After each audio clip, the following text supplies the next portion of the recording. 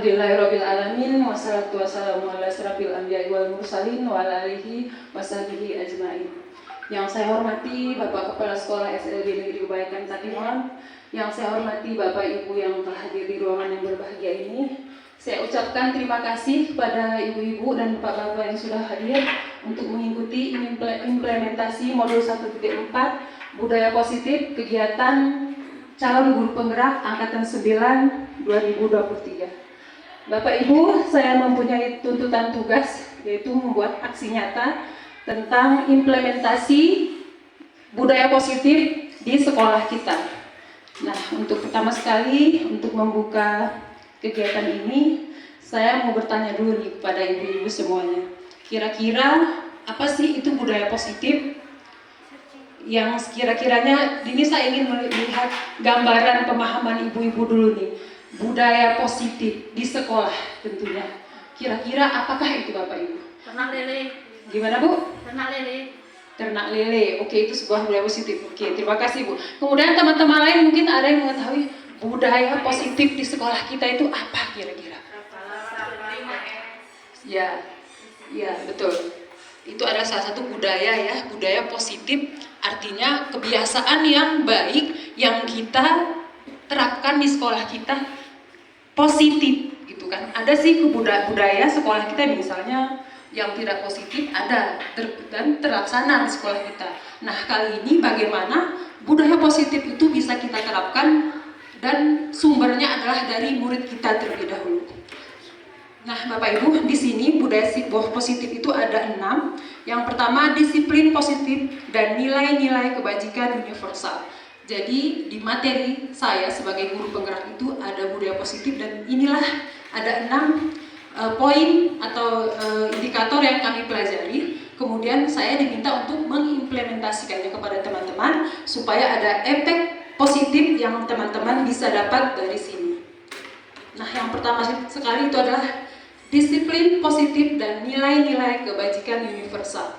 Nah, Bapak Ibu akan saya bacakan. Dalam rangka menciptakan lingkungan positif, salah satu strategi yang perlu kita tinjau kembali adalah penerapan disiplin di sekolah kita. Apakah telah efektif? Apakah masih perlu ditinjau kembali? Apa sesungguhnya arti dari disiplin itu sendiri? Nah, di sekolah kita untuk disiplin tentunya kita tahu sendiri ya, anak-anak kita terapkan bagaimana disiplin dalam berpakaian, disiplin dalam belajar, disiplin hadir ke sekolah ataupun pulang ke sekolah. Nah, itu tentunya bisa kita implementasikan ke murid jika kita dulunya lebih positif, lebih disiplin dari anaknya. Nah, sebelumnya mari kita tanyakan ke diri kita sendiri dulu. Bagaimana kita berperilaku? Mengapa kita melakukan segala sesuatu itu? Pernahkah kita melakukan sesuatu untuk mendapatkan senyuman atau pujian orang lain? Biasanya Bapak Ibu, kita disiplin itu karena apa? Adakah dari hati kita memang kita orangnya yang disiplin? Atau memang kita karena tuntutan sesuatu? Misalnya karena ini peraturan yang telah dibuat di sekolah, atau memang untuk mendapatkan sesuatu gitu ya. Ya, bisa jadi. Nah, tujuan dari disiplin positif adalah menanamkan motivasi yang ketiga pada murid-murid kita, yaitu untuk menjadi orang yang mereka inginkan dan menghargai diri sendiri dengan nilai-nilai yang mereka percaya. Ketika murid-murid kita memiliki motivasi tersebut, mereka telah memiliki motivasi intrinsik yang berdampak juga jangka panjang. Nah, karena kalau kita capek pun menyampaikan kepada siswa, nak jangan terlambat, nak kamu harus pakai ini, nak kamu begini, itu adalah motivasi ekstrinsik ya dari luar. Kalau bagaimana dengan intrinsiknya? Ya, dari hatinya sendiri bahwa dia punya keinginan untuk cepat bangun supaya tidak terlambat datang seperti itu. Itu harus bagaimana cara kita sebagai guru untuk membangun itu, karakter itu dari siswa kita. Bagaimana caranya? Itulah yang kita pelajari dan akan kita implementasikan ke murid kita. Nah, tentu kalau makna kata disiplin kita sudah paham ya. Ketika mendengar kata disiplin, apa yang terbayang di benak kita? Apa yang terlintas di pikiran kita? Kebanyakan orang akan menghubungkan kata disiplin dengan kata tertib, teratur. dan kepatuhan pada peraturan itu. Kenapa kita dijerat dengan peraturan, hukuman? Karena apa? Karena mendisiplinkan ini tadi tidak lahir dari diri kita untuk menaati sesuatu, tapi harus ada paksaan sehingga ada konsekuensi atau hukuman yang akan kita terima jika kita tidak disiplin, gitu kan? Itu maknanya. Dalam budaya kita, makna kata disiplin dimaknai menjadi suatu yang dilakukan seseorang pada orang lain untuk mendapatkan kepatuhan. Kita cenderung menghubungkan kata disiplin dengan ketidaknyamanan. Nah, kalau kata disiplin ini terus kita seperti terpaksa, kan ini sepertinya kita tidak nyaman ya. Pasti kita rasakan seperti itu. Kalau terus-terusan kita karena di diri kita tadi ada motivasinya eksternal dari luar, maka kita akan tidak nyaman gitu. Jadi seperti juga dengan murid kita, kalau kita terus paksa-paksakan, dia tentunya tidak akan nyaman. Kemudian nilai-nilai kebajikan universal. Nah, di sini nilai-nilai kebajikan adalah sifat-sifat positif manusia yang merupakan tujuan mulia yang ingin dicapai setiap individu.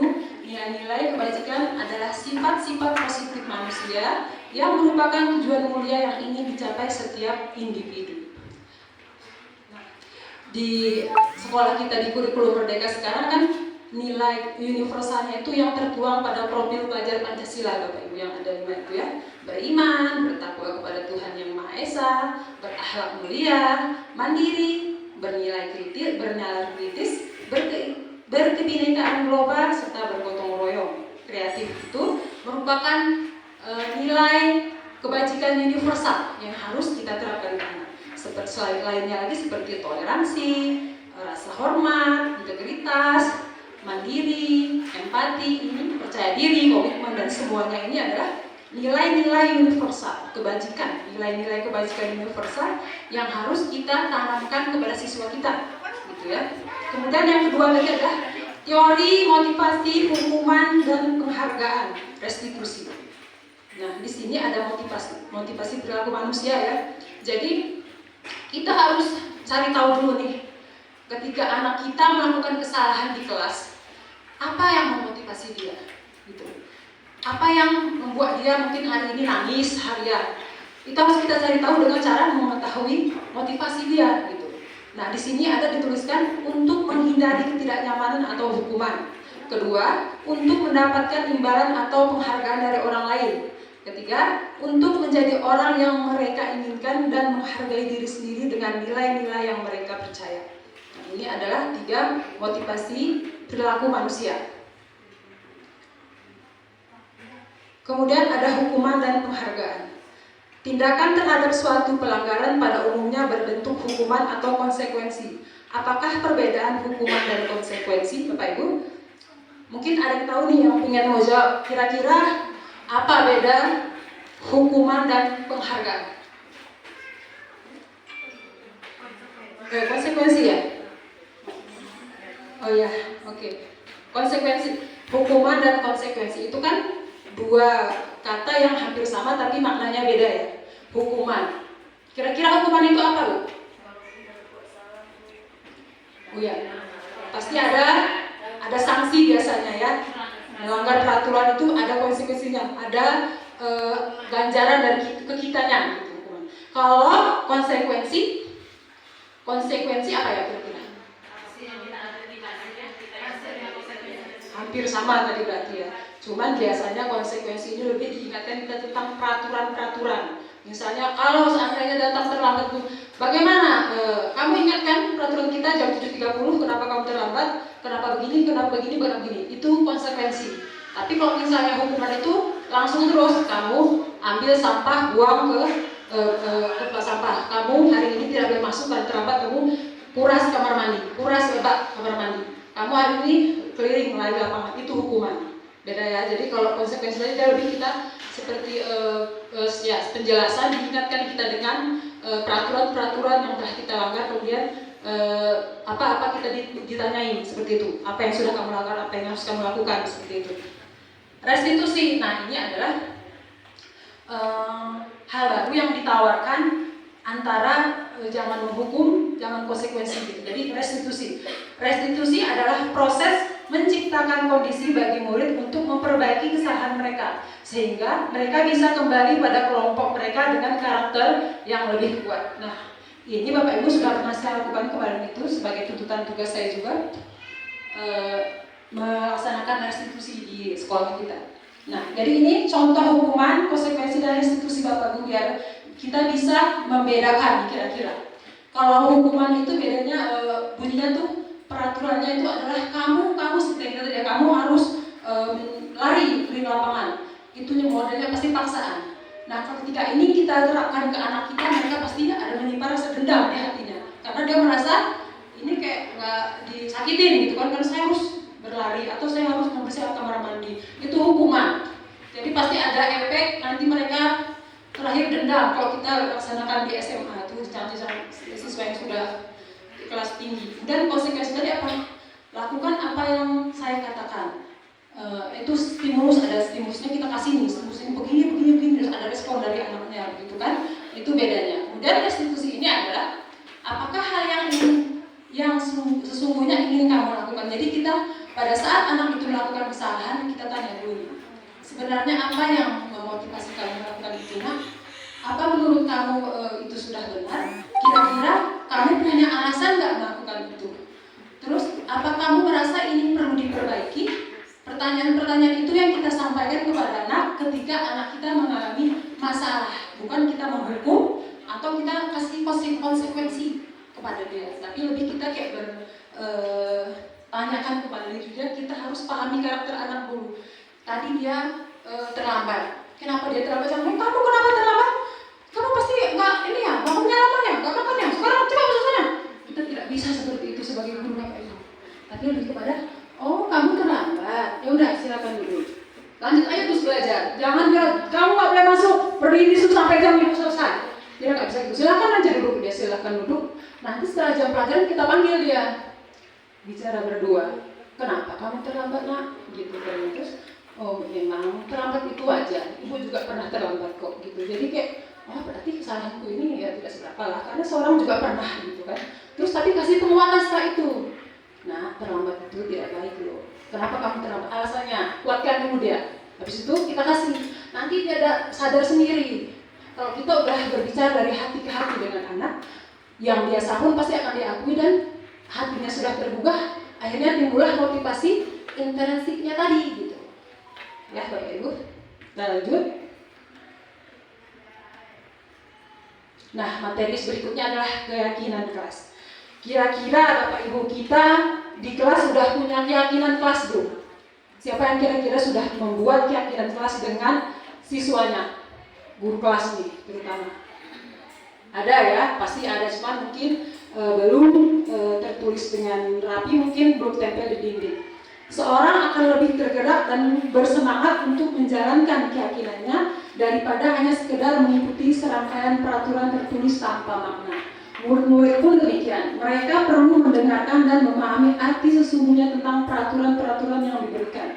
Apa nilai-nilai kebajikan di balik peraturan tersebut, apa tujuan utamanya, dan menjadi tidak tertarik atau takut sehingga hanya sekedar mengikuti serangkaian peraturan-peraturan yang mengatur mereka tanpa memahami tujuan mulianya. Terlebih lagi anak murid kita ya. Kalau kita memberikan peraturan yang banyak terhadap murid kita, sedangkan dia pun tidak paham apa yang ingin kita sampaikan, kan percuma. Jadi keyakinan kelas itu contohnya seperti ini Bu, ini di kelas rendah ya, yang bisa kita buat dengan anak kita yang sudah bisa komunikasi ini. Mungkin kalau dengan anak yang autis kan kita jangankan membuat keyakinan kelas gitu ya, sudah paham lah kita. Cuman Bapak Ibu, konteks ini kita sebagai guru kita harus paham gitu.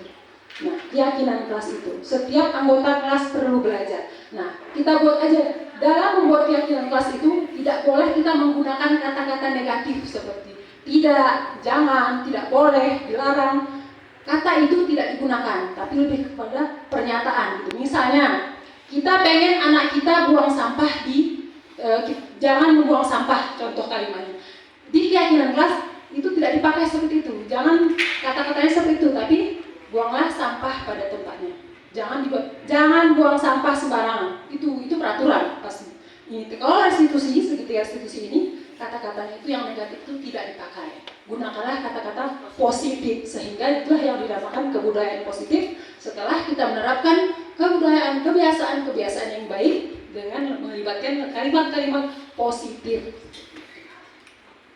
Seperti ini contohnya, kelas perlu belajar, misalnya bersikap jujur, terus saling tolong menolong, terus lagi menghormati teman, jangan menggunakan kata tidak boleh mencoret-coret papan tulis, tidak boleh membuang sampah sembarangan. Jangan katakan kata tidak, jangan. Nah, materi selanjutnya Bapak Ibu, kebutuhan dasar manusia. Nah, kita dalam setiap melakukan apapun, seharusnya kita harus memenuhi dulu. Kita punya kebutuhan dasar manusia, ada 5 kebutuhan dasar.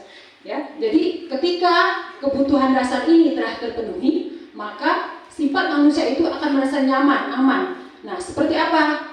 Pertama sekali itu kebutuhan bertahan hidup. Ini pasti. Ketika anak kita berkelahi di kelas, kita jangan langsung menjudge dia, oh ini memang nakal, oh kamu memang ya, banyak terus lontaran kata-kata kita yang sebenarnya itu menjadi hukuman bagi dia secara verbal gitu. Tapi mungkin saja dia belum makan tadi pagi, ya kan?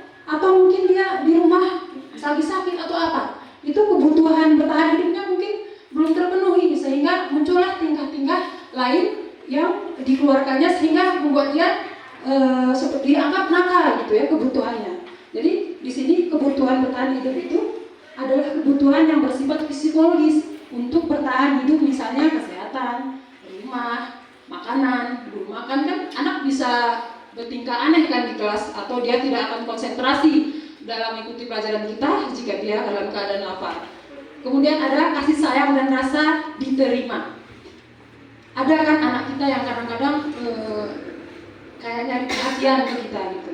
Dia kayak pengen disayang gitu. Ada kebutuhan untuk disayangi dan diterima, meliputi kebutuhan akan hubungan dan koneksi sosial, kebutuhan untuk memberi dan menerima kasih sayang, dan kebutuhan untuk merasa menjadi bagian dari suatu kelompok.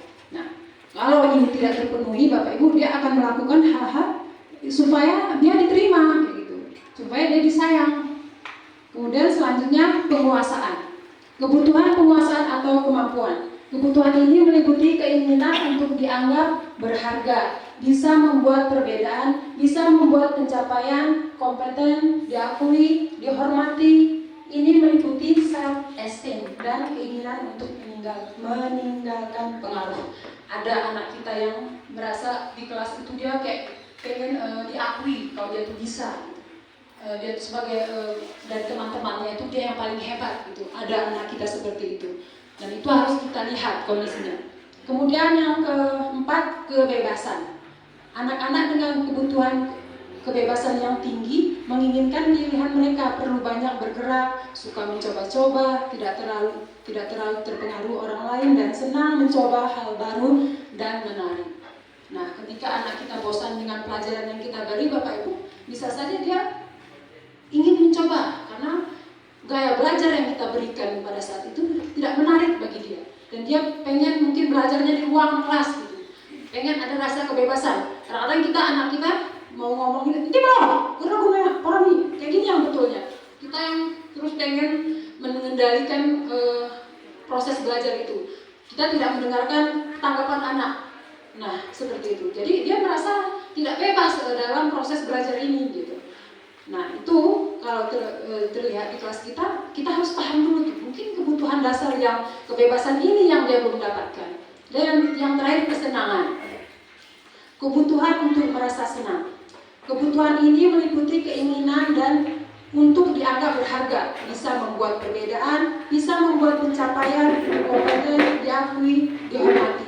Ini meliputi self-esteem dan keinginan untuk meningkatkan pengaruh. Ya, jadi anak-anak tidak harus kita lihat kemampuannya. Dia senangnya seperti apa? Harus kita perhatikan dulu. Jangan buatlah situasi belajar di kelas itu memberikan kesan menyenangkan. Karena seperti yang dikatakan Ki Hajar Dewantara bahwa kita itu ingin menciptakan anak yang memiliki rasa senang.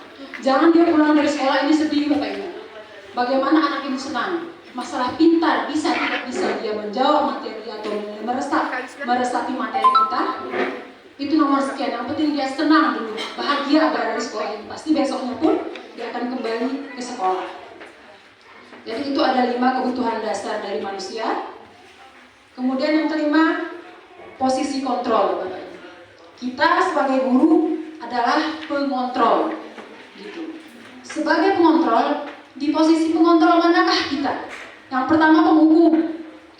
Coba kita posisikan diri kita. Pernahkah kita menghukum peserta didik kita? Kalau kita pernah, kita adalah guru yang gagal. Dari sekarang terus kita introspeksi diri kita. Pernahkah kita melakukan penghukuman terhadap murid sehingga dia sedih, bahkan ada yang menangis, lalu tidak mau datang ke sekolah karena hukuman yang kita berikan? Pernahkah Bapak Ibu? Pernah atau pernah? Nggak pernah ya, jangan ya. Karena hukuman itu negatif ya. Seorang penghukum bisa menggunakan hukum fisik maupun verbal. Bukan hanya fisik ya, verbal juga hukuman ya. Orang-orang yang menjalankan posisi penghukum senantiasa mengatakan bahwa sekolah memerlukan sistem atau alat yang dapat lebih menekan murid-murid lebih dalam lagi. Guru yang menerapkan posisi penghukum akan berkata, patuhi aturan saya atau awas gitu. Kalau kamu selalu saja ya, kamu salah ya gitu. Selalu pasti kesini, selalu pasti. Selalu yang terakhir selesai gitu.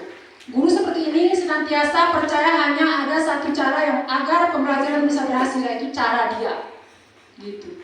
Karena dia menghukum. Jadi ketika siswanya melakukan kesalahan, dia akan menghukum. Baik secara verbal, kamu ini dengan kata-kata suara kita dia membunuh karakter orang. Bahkan ucapan kita ini lebih kejam daripada pukulan fisik seperti ini. Tapi ucapan yang kita keluarkan bisa mematikan karakter anak. Itu adalah guru seburuk-buruknya guru, gitu ya. Jangan sampai kita mematikan karakter anak kita dengan ucapan kita. Terlebih kita guru itu adalah orang tua. Jadi ucapkanlah yang baik-baik untuk anak kita supaya menjadi doa untuk dia, seperti itu. Kemudian yang kedua, membuat merasa bersalah. Pernah kami Bapak Ibu kita sebagai guru sedikit-sedikit, aduh nak, kamu ini kok datang terlambat. Aduh nanti ibu yang dimarah sama bapak. Aduh nak, kamu harus jangan terlambat.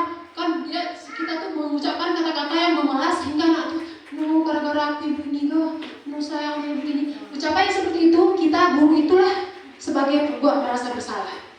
Karena kita selalu memelas kepada dia. Pada posisi ini, biasanya guru akan bersuara lebih lembut. Pembuat rasa bersalah akan menggunakan keheningan yang membuat orang lain merasa tidak nyaman, bersalah, atau rendah diri. Kata-kata yang keluar dengan lembut akan seperti, ibu sangat kecewa sekali dengan kamu. Berapa kali bapak harus memberitahu kamu ya? Gimana coba kalau orang tua kamu tahu kamu berbuat begini? Di posisi ini, murid akan memiliki penilaian diri yang buruk tentang diri mereka. Murid merasa tidak berharga dan telah mengecewakan orang-orang yang disayanginya. Seperti itu. Ucapan-ucapan seperti ini ya Bapak Ibu, kita sampaikan kepada anak kita. Memang itu ada efeknya, mungkin dia akan jerah, tapi dia bayangkan anak yang kita ucapkan kita tadi itu menyesalnya itu sampai ke, ya Allah, tadi ibu tuh begini-begini. Sampai dia tidak bisa mengungkapkan lagi rasa kecewanya karena ucapan kita tadi. Nah kita juga tidak mau ya jadi guru seperti ini, pembuat rasa bersalah. Yang ketiga itu teman. Adakah kita guru sebagai teman? Ada Bapak Ibu? Ada nggak kita posisikan kita itu sebagai teman untuk murid kita? Ada ya? Posisi teman pada guru bisa negatif ataupun positif. Ya, itu harus kita ingat. Positif di sini berupa hubungan baik yang terjalin antara guru dan murid. Mereka akan berkata, ayo bantulah demi Bapak ya. Ayo, ingat tidak bantuan Bapak selama ini. Ya sudah, kali ini tidak apa-apa, nanti ibu bantu bereskan. Nah, kalau di kita memang tidak bisa dikatakan negatif, karena terkadang kita harus merangkul anak itu ya, supaya dekat dengan kita. Itu kalau nilai negatif yang sering di sekolah SMA, makanya diterapkan untuk anak-anak yang sudah remaja, itu mereka nanti akan manja dengan gurunya. Karena terus ada PR kita bantuin atau kita beri permudah. Ini tipe guru yang bisa saja positif, bisa saja negatif. Kalau di kita ini, saya pikir kalau di kelas-kelas rendah tidak. Tapi kalau di kelas tinggi itu kita bisa hanya sebagai pendekatan, tapi tidak bisa terus-menerus kita posisi manajer. Nah, inilah posisi yang paling diharapkan jadi dari seorang guru sebagai manajer. Seorang manajer telah memiliki keterampilan di posisi teman maupun pemantau, dan dengan demikian bisa jadi di waktu-waktu tertentu kembali kepada kedua posisi tersebut bila diperlukan. Nah, namun bila kita menginginkan murid-murid kita menjadi manusia yang merdeka, mandiri dan bertanggung jawab, maka kita perlu mengacu kepada restitusi yang dapat menjadikan mereka seorang manajer bagi dirinya sendiri. Manajer itu adalah orang yang mampu memanage, memahami semua keluh kesah murid. Jadi dari 5 posisi kontrol tadi Bapak Ibu, maka posisi yang lebih baik itu adalah manajer. Cuman kita bisa sekali-sekali sebagai teman, sebagai pemantau gitu untuk murid kita. Kemudian adalah segitiga restitusi. Di segitiga restitusi ini adalah pertama sekali ketika anak mengalami masalah, maka kita lakukan dengan cara segitiga restitusi. Nah, kenapa dikatakan segitiga restitusi? Ada 3 item atau 3 indikator yang akan kita lakukan ketika kita menangani masalah pada murid. Pertama itu menstabilkan identitas. Seperti yang saya sampaikan tadi Bapak Ibu. Ketika anak itu terlambat datang, kita langsung tanyakan, kenapa kamu tadi terlambat, nak? Oh iya, memang. Semua orang juga pernah terlambat. Seperti itu ya. Jadi kita hal itu yang kita buat menstabilkan identitasnya supaya dia tidak dianggap bersalah terus nih. Nggak apa-apa kok, sesekali boleh. Nah, itu kemudian nanti langsung kita validasi tindakan yang salahnya tadi, kita kuatkan. Kamu terlambat, nak. Apa penyebabnya? Oh, karena semalam main game, jadi tidurnya telat. Nah, itu kita kuatkan. Besok-besok, nah ya, jangan lagi main game tengah malam. Cepat tidur supaya tidak terlambat. Kemudian menanyakan keyakinan. Kalau dia melakukan pelanggaran, makanya sebelumnya kita harus punya keyakinan kelas dulu. Kita tanyakan, kira-kira keyakinan kelas apa yang telah kamu langgar hari ini, nak? Gitu. Oh ya Bu, dia pasti ingat datang terlambat. Nah, besok-besok jangan lakukan lagi ya, seperti itu Bapak Ibu. Itu ada video yang sudah saya buat, cuman mungkin durasi kita tidak bisa melihat ya, karena setelah ini kita akan lanjut dengan PMM. Baik Bapak Ibu, itu adalah materi yang saya pelajari di kegiatan guru penggerak. Mudah-mudahan Bapak Ibu juga nanti sampai ke sana banyak hal yang baik yang memotivasi kita menuju guru yang baik seperti apa gitu kan. Kalau selama ini mungkin kita adalah guru yang baik, cuma mungkin kita belum memaksimalkan hal baik yang ada di diri kita. Kita belum melakukan kolaborasi perubahan di lingkungan sekolah kita seperti itu. Jadi setelah kita mengikuti ini semua, kita akan tahu kira-kira di posisi guru apakah kita tadi gitu. Ketika kita sudah tahu posisi kita itu, maka kita akan perlahan merubahnya. Nah, kemudian yang tadi lagi tentang disiplin. Kalau mungkin selama ini kita disiplinnya karena mengikuti peraturan, tapi saya pikir peraturan pun itu penting untuk diikuti supaya itu tadi kan seperti yang saya sampaikan di awal, tujuannya adalah mendisiplinkan tindakan-tindakan yang tidak sesuai seperti itu. Baik Bapak Ibu, terima kasih saya ucapkan telah mengikuti kegiatan ini. Sebelumnya mungkin ada yang ingin bertanya Bapak Ibu tentang yang saya sampaikan tadi, sedikit saja mungkin ada yang ingin disampaikan. Ada yang bertanya Bu? Sepertinya sudah jelas ya. Terima kasih. Berarti Bapak Ibu sudah jelas semua, sudah ada yang mengganjal di hati, artinya sudah oke. Baik, terima kasih saya ucapkan kepada Bapak Ibu semuanya yang telah mendengarkan hasil materi saya di guru penggerak. Saya ucapkan terima kasih. Saya akhiri dengan mengucapkan billahi taufiq wal hidayah. Assalamualaikum warahmatullahi wabarakatuh. Baik.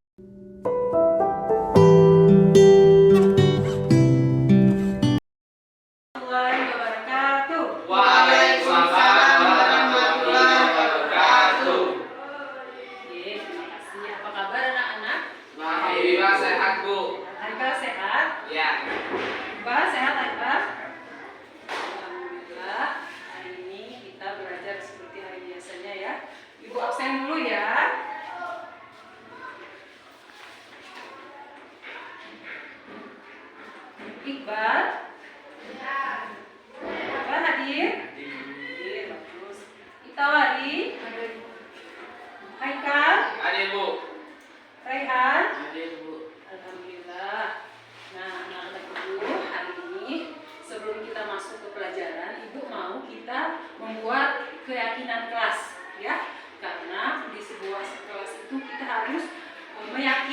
atau mematuhi sebuah keyakinan yang ingin kita terapkan di kelas kita ya. Nah, contohnya seperti kalau kenapa harus keyakinan kelas, kenapa tidak peraturan, kan? Apa perbedaannya keyakinan kelas dengan peraturan kelas, gitu ya, peraturan, gitu ya. Nah, coba ibu mau tanya nih sama Haikal, kira-kira Haikal peraturan apa yang sering Haikal dengar di sekolah kita? Peraturan apa yang sering Haikal dengar?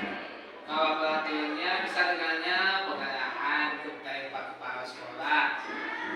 Setelah itu jikir dan berdoa bersama. Itu bagaimana? Apakah harus kita lakukan? Wajib nggak kita lakukan zikir? Wajib, Bu. Itu sebuah peraturan sekolah. Kalau misalnya nggak ikut zikir, gimana? Ada nggak hukuman atau konsekuensinya? Hukum, Bu. Nggak ada ya? Nggak ada. Karena kita memang tidak boleh ada menghukum ya, tidak boleh. Nah, anak ibu di dalam kelas ini kita ingin menerapkan budaya positif ya. Kayak kita harus berdisiplin. Itu adalah sebuah kebiasaan yang harus kita laksanakan setiap hari. Contohnya disiplin dalam berpakaian, ya kan? Kita hari Senin itu pakai baju putih abu-abu, putih hijau biru kan? Nah, jadi itu harus kita pakai. Dan kalau tidak, bagaimana? Nah, pasti ada sanksi-sanksi. Itu namanya peraturan, ya. Nah, kemudian harus datang jam 7.30 seperti itu. Kalau terlambat nanti nggak boleh, itu senang. Itu sebuah peraturan. Nah, kali ini kita ingin membuat namanya keyakinan kelas, ya. Keyakinan kelas itu menggunakan kata yang positif, ya. Tidak boleh kita menggunakan kata tidak. Misalnya kayak gini contohnya. Tidak makan di kelas, tidak boleh mengambil pulpen teman, tidak boleh memukul, tidak boleh keluar sebelum jam istirahat, tidak boleh makan di ruangan. Itu bentuk keyakinan yang tidak positif, tidak baik karena menggunakan kata tidak atau jangan. Itu dalam keyakinan kelas kita tidak kita pakai, ya. Tapi seperti apa kalimat positifnya? Misalnya kita ingin tidak, misalnya begini contohnya, tidak boleh terlambat. Bagaimana supaya itu menjadi kalimat positif? Berarti kita ganti dengan kata-kata hadir sekolah tepat waktu. Nah, itu adalah contoh keyakinan kelas yang berbentuk positif, ya. Positif. Ya, tidak boleh ada kalimat yang menggunakan kata tidak, kata jangan, kata dilarang. Itu tidak dipakai dalam keyakinan kelas kita, ya. Sudah paham Anak Ibu? Paham, Bu. Bisa kan kita bedakan gimana perbedaan peraturan dengan keyakinan kelas, ya. Nah, dan keyakinan kelas ini muncul dari kalian semua, ya. Karena yang mau menerapkannya siapa? Kita kan dalam kelas ini. Nah, makanya Ibu mau kalian nanti tulis kira-kira apa yang kita yakini yang bisa kita jalankan ke depannya nanti sampai kita selesai kelas 10 ini. Kira-kira apa, ya? Nah, misalnya kayak yang tadi, kira-kira nih Haika, sama Itawari dulu tanya. Misalnya Itawari, kira-kira Itawari maunya kelas kita itu disiplin, misalnya tidak membuang sampah, ya, bersih gitu di kelasnya. Nah, kata-katanya jangan memakai kata jangan buang sampah, tetapi kelas harus bersih atau letakkan sampah di keranjang. Kalau misalnya kita membuat kesepakatan kelas tentang supaya kelas kita bersih, maka jangan buat kalimat keyakinannya jangan buang sampah di kelas, tetapi letakkan sampah di keranjang sampah, gitu ya, berbentuk pernyataan yang positif, tidak menggunakan kata yang negatif. Kita tidak menggunakan kata tidak, jangan, dilarang, itu tidak, ya. Oke, sudah paham, Nak? Oke, Rehan sudah paham? Kira-kira nih Rehan mau Ibu tanya, apa yang mau Rehan buat untuk keyakinan kelas kita? Contohnya satu aja. Ya, menjaga kebersihan tadi, ya, itu memang wajib, ya. Lihat ini, ya, Aikal, ya. Memang kita harus itu yang utama dari kelas kita dulu kita ambil. Berarti kita semua sepakat nih buat keyakinan tentang kebersihan kelas kita, ya. Baik, kalau begitu Ibu bagikan post-it nanti. Ibu mau anak-anak ibu tulis di post-it ini, kira-kira keyakinan kelas apa yang ingin ditawari buat, tulis di sini. Nanti kita kalau sudah selesai tempel di depan di papan tulis, ya.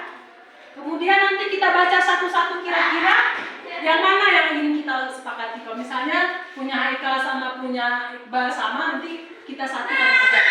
Baru nanti kita bentuk ya, kita buat, kita print, terus kita lengketin di kelas kita. Kemudian nanti harus kita taati. Jadi kalau seandainya datang terlambat, berarti kita ada melanggar keyakinan yang telah kita buat, ya kan? Nah, seperti itu. Ayo mulai. Silahkan buat, tulis ya di kertasnya masing-masing. Buat salah satu. Seperti ini ya. Nah, kamu bisa ambil salah satunya dari sini. Kira-kira yang mana gitu ya. Itu ada contoh. Ini ya. Terus kan bisa buat apa? Lingkungan tidak mencontek ulangan sendiri, jujur ya misalnya. Misalnya tesnya apa tuh, Bu? Gimana? Misalnya tes apa itu, Bu? Misalnya yang kita tulis ya, Haikal ingin kita semuanya jujur. Kan kalau kita jujur itu berarti kan tidak mencontek, tidak mencontek dari kawan gitu atau pas ulangan atau ujian. Berarti kita harus jadi orang yang apa? Jujur. Nah, buat di situ jujur. Coba misalnya Abang Rehan ingin menuliskan sikap yang apa? Misalnya gotong royong, ya kan?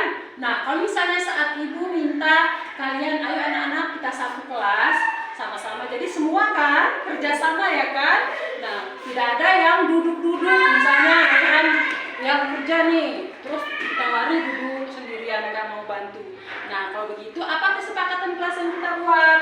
Nah, saling tolong menolong, ya terus buat Bang Rehan, saling tolong menolong, tulis di sini.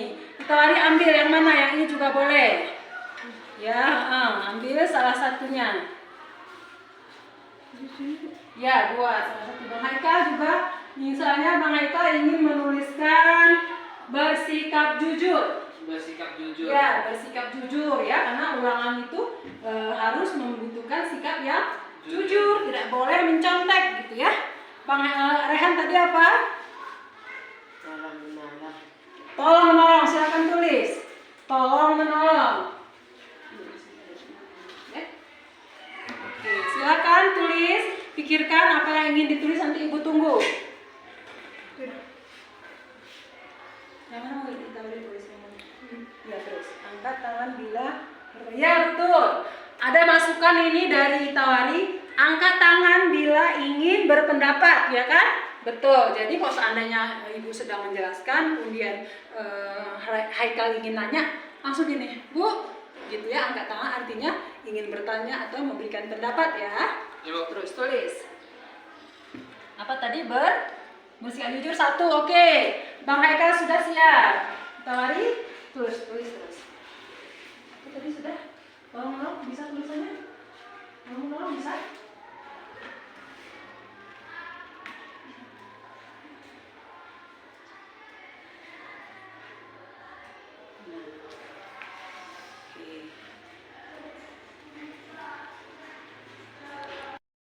Jujur kedua. Oh, ini taruh kemari Bang. Ini apa saja dulu? Kedua bersikap jujur ya, mereka.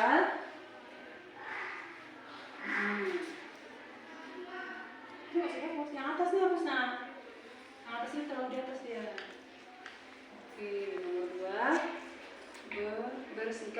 Bersikap sopan. Lagi, Bu. Nomor 2 apa lagi? Tadi bersikap jujur kan yang pertama. Bersikap jujur. Bersikap jujur. Dan sopan. Ya, bersikap sopan dan jujur. Nah, kalau sambung itu sama. Bersikap sopan dan jujur. Oke, bagus. Hidup rukun dengan teman. Ya. Nomor berapa udah kita?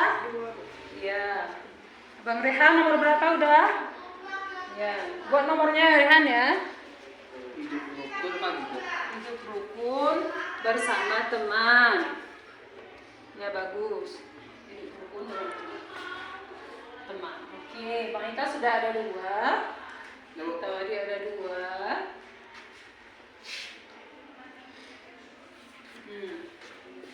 Apa lagi Bang Haikal? Nomor 3. Buat nomor 3 lagi. Menghormati dan saling membantu. Oke. Bagus ya. Kira-kira buat kesepakatan itu nanti yang bisa kita laksanakan ya.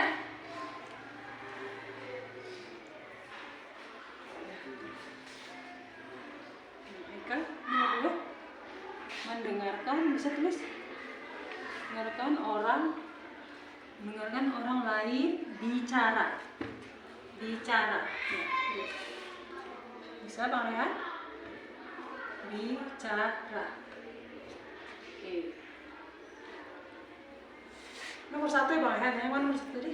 Nomor 1. Ini tolong menolong. Mau pindahkan aja yang nomor 1. Nomor 2. Ya, yang bawah itu nomor 3. Nomor 3 apa lagi Bu? Kira-kira apa lagi coba Rehan Haikal pikirkan supaya kita bisa aman, nyaman, itu harus apa? Ya, menjaga keamanan sekolah misalnya, atau yang menjaga kebersihan tadi sudah, siapa yang sudah buat? Menghormati apa lagi Bu? Ya, Menghormati teman guru dan teman boleh. Ya, 1 masih Pak? 2 boleh ya? Ya, nomor 3 yang lagi yang ditulis. Ya, nomor 3 yang mana? Ya, boleh.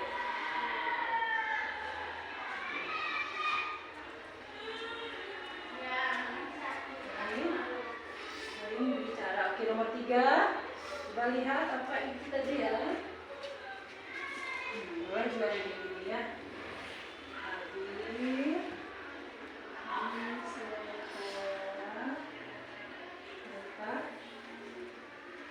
Waktu, oke, terus Bang Rehan. Dia di sekolah tepat waktu. Oke, saya di depan.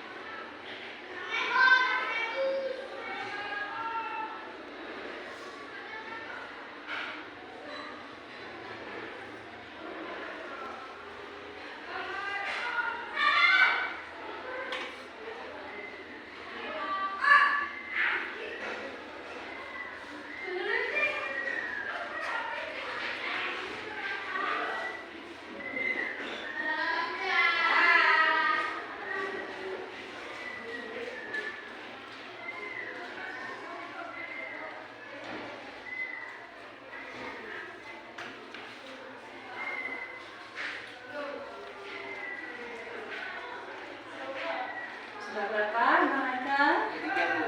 Oke, bagus. Ya, lihat. Satu lagi ya. Oke, kita sudah 3 bagus. Ternyata banyak ya hal-hal yang ingin kita yakini dan kita sepakati ya. Bagus.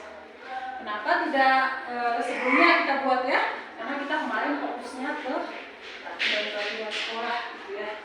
Oke. Kita naikkan satu lagi tuh ya. Bisa.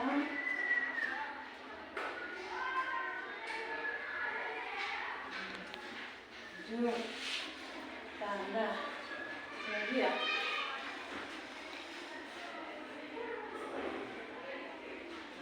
Coba duduk pada posisi yang disediakan.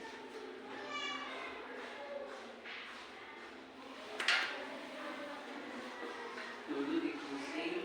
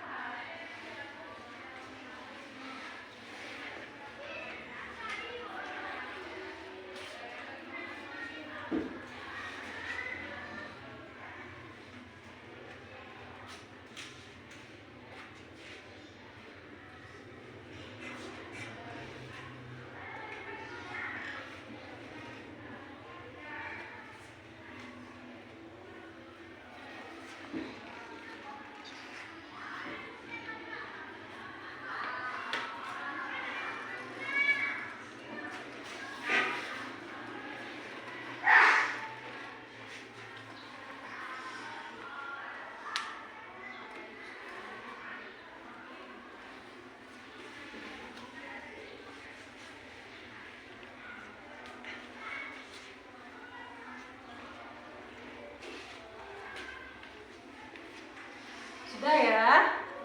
Oke, bagus, sudah semuanya.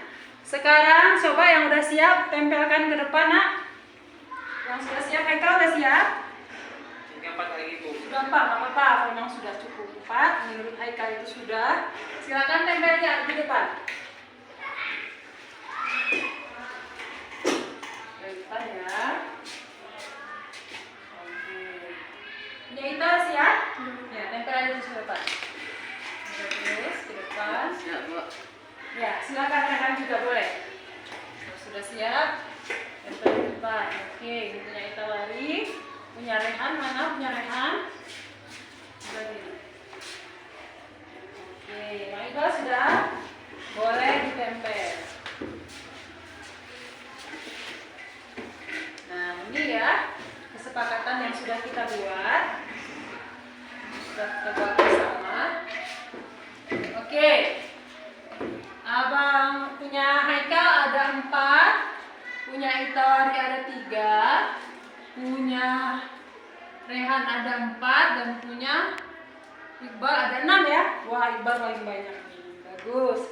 Berarti kita sudah paham ya kira-kira keyakinan apa yang ingin kita buat di kelas kita supaya kelas kita kondusif, sehat, bersih, dan berjalan dengan lancar. Nah, jadi kita tahu nih itu kesepakatan kita, jadi jangan dilanggar, gitu kan? Karena kita yakin bahwa ini adalah kesepakatan yang kita buat, jadi jangan dilanggar, gitu ya.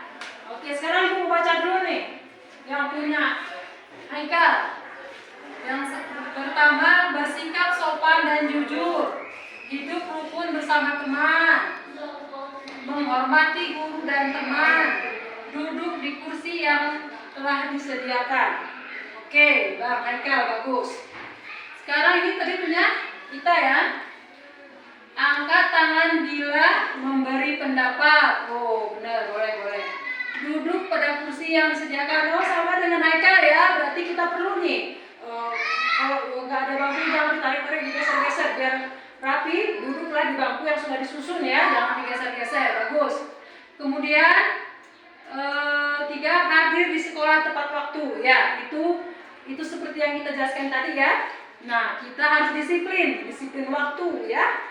Nah, pergunakan waktu kita sebaik-baik mungkin. Jadi, kalau kita hadir jam 7.30 harus di sekolah, maka kita dari rumah jam 7 itu udah harus berangkat ya. Kita sudah harus mandi, sudah harus sarapan ya, baru berangkat. Kemudian ini punya Rehan ya. Nomor 1, tolong menolong. Ya, sangat ya. Jadi kita harus saling menolong. Di kelas ini itu kita saudara. Jadi kita harus menolong teman kita. Kemudian hadir di sekolah tepat waktu. Ya, sama ya. Itu kita sepakat. Kemudian bersikap jujur. Nah, itu penting anak-anak ya. Jadi kita harus jujur. Jujur dalam apa? Misalnya nanti jangan bolos, ya kan? Kalau misalnya ibunya tidak hadir terus kalian main-main, tidak mengerjakan tugas, itu tidak jujur ya. Kemudian pas ujian mencontek, itu tidak jujur ya. Maka kita harus bersikap jujur. Sekarang ini punya Iqbal ada 6, banyak nih. Yang pertama, bertanggung jawab mengerjakan tugas piket. Ya, bagus ya Pak Iqbal ya.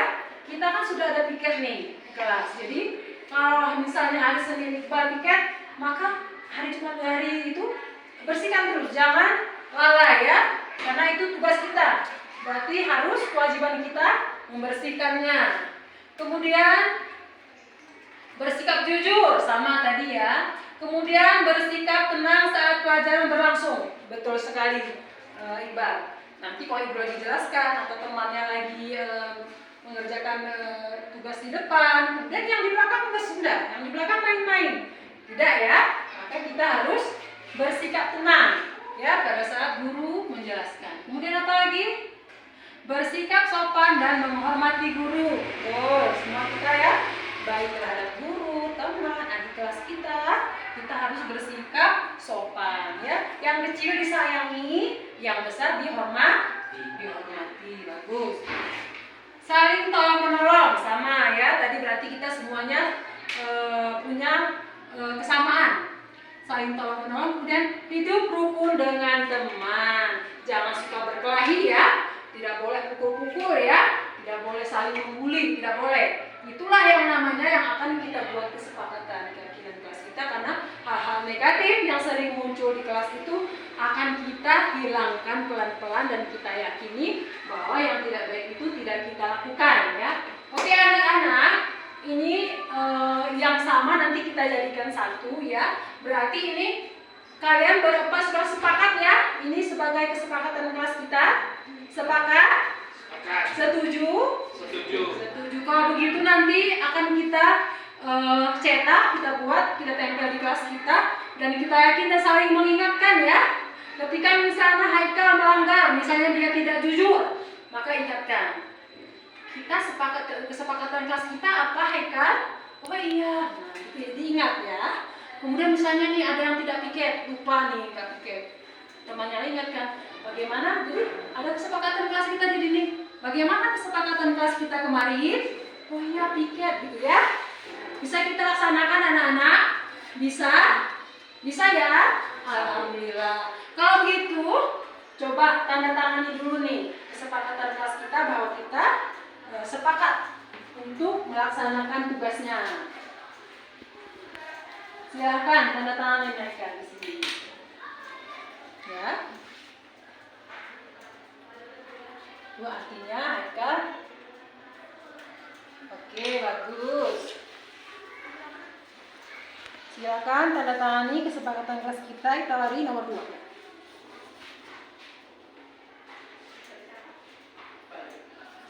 Oke.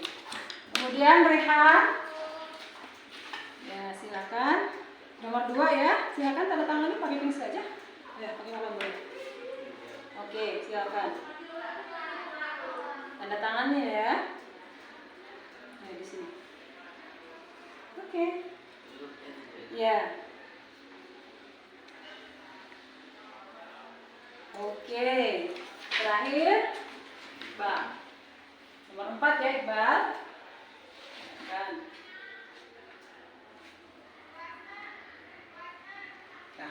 Ya, bagus. Anak-anak, perlu kita pahami bahwa keyakinan kelas ini sangat banyak sekali manfaatnya untuk kita. Melatih diri kita untuk disiplin, melatih diri kita untuk saling menghargai, melatih diri kita untuk saling tolong menolong dan paham akan aturan itu, ya, paham akan keyakinan kita. Jadi kita pada saat melakukan usaha kita langsung ingat keyakinan kelas kita ya. Keyakinan kelas ini membantu kita untuk supaya hidup dengan baik ya. Jadi kita budayakan keyakinan kelas kita ini sebagai sebagai budaya yang positif ya, kegiatan positif yang harus kita lakukan terus menerus ya, disiplin ya, itu yang harus kita laksanakan anak-anak untuk membuat keyakinan kelasnya. Ibu pikir ada pertanyaan Rehan? Apakah sudah jelas? Sudah jelas nah? Oke, Haikal sudah jelas? Jelas Bu. Ya baik, nanti ini kita buat ya. Nanti kita akan beli karton, terus nanti kita hiasi ya. Besok aja setelah istirahat nanti kita buat ya. Oke anak ibu, hari ini sudah cukup untuk membuat keyakinan kelas. Akan kita lanjutkan dengan pelajaran berikutnya ya. Silakan ambil bukunya.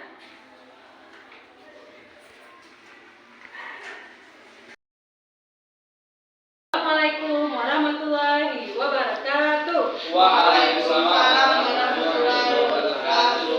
Alhamdulillah. Apa kabar anak-anak? Alhamdulillah sehat Bu.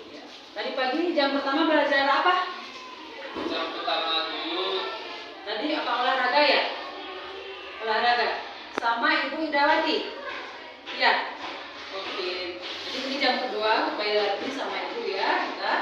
Nah, kemarin kan kita sudah buat kesepakatan kelas kita ya. Masih ingat kan kemarin? Ingat Bu. Nah, jadi semua kesepakatan yang sudah kalian tulis kemarin itu sudah Ibu ketik, sudah Ibu cetak. Nanti Ibu minta kalian tempel di sini ya, supaya nanti bisa terus kita terapkan di kelas kita. Pembagian kesepakatan kelas itu ya. Jadi nanti teman-teman semuanya akan mengingat. Jadi sudah ditempel di sini ya, bisa kita taati bersama. Masih ingat Haikal? Coba sebutkan salah satu aja keyakinan kelas yang dibuat kemarin. Satu aja. Siapa yang masih ingat? Salah satunya? Salah satunya Masih ingat? ingat Bu. Apa? Datang jam 7.20. Iya, terus apa lagi tadi ada yang ingat?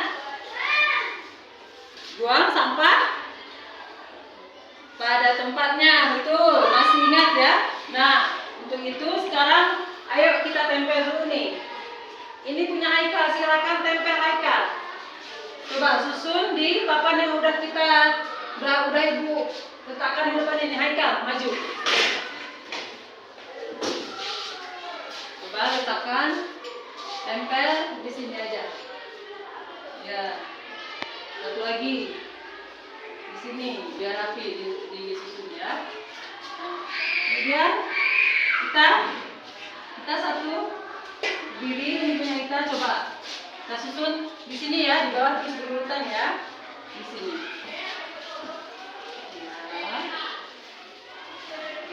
Ya, Rehan, ini punya Rehan nih.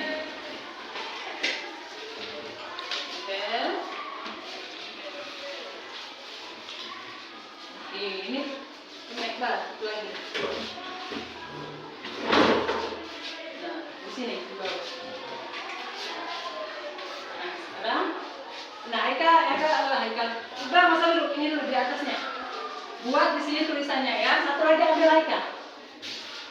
Di sini satu lagi ya. Coba tempel. Di sini di atasnya. Keyakinan. Nah, satu lagi.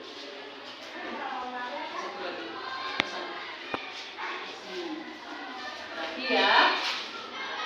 Nah, seperti itu. Satu lagi. Nah, ini yang sudah siap Ibu ketik. Muat ya? Muat ya? Nah, lagi. Yang seperti ini. Nah, yang kertas warna hijau ini yang kalian tulis kemarin kan? Nah, yang teman-teman tulis. Nah, sekarang ini Ibu satukan. Jadi dari kelima ini Ibu ambil satu-satu yang kira-kira mewakili apa yang Haikal, apa yang Itawari tuliskan kemarin ya. Ini sudah. Nah, Ibu mohon ke depannya ya. Kita telah membuat keyakinan kelas, jadi kita harus kita laksanakan ya. Jangan dilanggar ya. Nah, itu saja. Ada berapa ini? Ada 6. Coba yang pertama Ibu bacakan. Membuang sampah pada tempatnya yang sudah disediakan. Itu kemarin punya siapa? Punya Ita kan? Nah, jadi itu diingat terus ketika ada sampah langsung buang. Nah, ketika kita melanggar, ingat ya isi bakal kelas kita membuang sampah pada tempatnya. Maka jangan lagi meletakkan sampah di depan pintu, di bawah meja ya. Baik. Nah, untuk itu keyakinan kelas kita sudah kita buat dengan bagus, dijaga ya, jangan dirusak. Nah, nanti ini kalau jatuh nanti bisa ditempel lagi. Oke anak-anak, sebelumnya kita sudah membuat dan sekarang kita lanjut ke materi berikutnya. Ambil bukunya masing-masing ya. Ayo, taruh bukunya.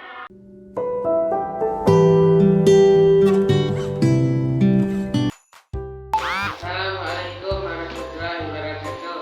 Nama saya Raihan, kelas 9C. Assalamualaikum warahmatullahi wabarakatuh. Nama saya Bagita Hari 9C. Assalamualaikum warahmatullahi wabarakatuh. Perkenalkan Muhammad Haikal Ramadan, saya kelas 9C. Assalamualaikum warahmatullahi wabarakatuh. Nama saya Iqbal Maulana, kelas 9C.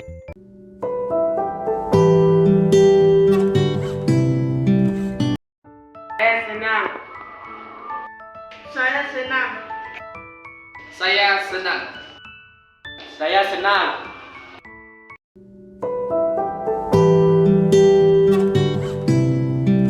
Penting karena saya lebih disiplin.